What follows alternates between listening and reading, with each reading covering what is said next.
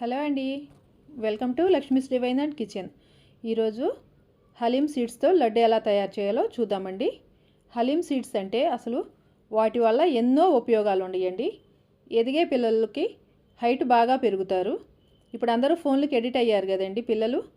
వాళ్ళకి కొంచెం తొందరగానే కళ్ళజోళ్ళు వస్తున్నాయి. వాళ్ళ కంటి చూపు మెరుగుపడటానికి కూడా ఇది చాలా ఉపయోగకరంగా ఉంటుందండి. ముఖ్యంగా మెనోపాజ్లో ఉన్న లేడీస్కి అయితే వీక్ అయిపోతాయి కదండి బోన్స్ అంతాను, వాటికి బాగా ఉపయోగపడుతుందండి. నడుము నొప్పి రాకుండాను ఉంటుంది. వీటి వల్ల ఎన్నో ఉపయోగాలు ఉన్నాయండి. అసలు ఈ కాల్షియం తక్కువైనందుకు ట్యాబ్లెట్స్ అవి వాడే బదులు ఈ సీడ్స్ తోటి లడ్డు చేసుకొని రోజుకు ఒకటి తింటే సరిపోతుంది. దీనికి కావాల్సిన ఇంగ్రీడియంట్స్ అండి: 2 కప్పుల కొబ్బరి, 1 కప్పు బెల్లము, కొంచెం ఇలాచి, 2 టేబుల్ స్పూన్స్ హలీం సీడ్స్ అండి, కొంచెం డ్రై ఫ్రూట్స్. ఇప్పుడు 2 టేబుల్ స్పూన్స్ హలీం సీడ్స్ తీసుకున్నాం కదా, 8 టేబుల్ స్పూన్స్ వాటర్ తీసుకుందాం. వాటిలో ఇట్లా మామూలు మనం చియా సీడ్స్ నానబెట్టుకొని ఒక 2 అవర్స్ ఉంచుకోవాలండి. చూడండి, 2 అవర్స్ అయిన తర్వాత వాటర్ అంతా అబ్జర్వ్ చేసుకొని ఇలా అయిపోతాయి. కంపల్సరీ ఇవి 2 అవర్స్ నానబెట్టండి. ఇప్పుడు ఒక పాన్లోకి కొంచెం నెయ్యి వేసుకుందాం. ఒక 2 టేబుల్ స్పూన్స్ వేసుకుందాం. లో ఫ్లేమ్లో పెట్టుకొని ఈ కొబ్బరిని వేయించుకుందాము.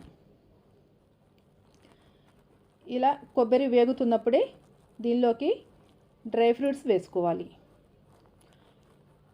కొంచెం ఇలాచీ పౌడర్ కూడా వేసుకుందాము.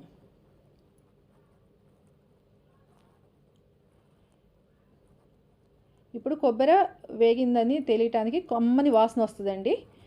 అలా అయినప్పుడు ఈ బెల్లం వేసి బెల్లంని కరిగేంత వరకు ఉంచుకుందాము.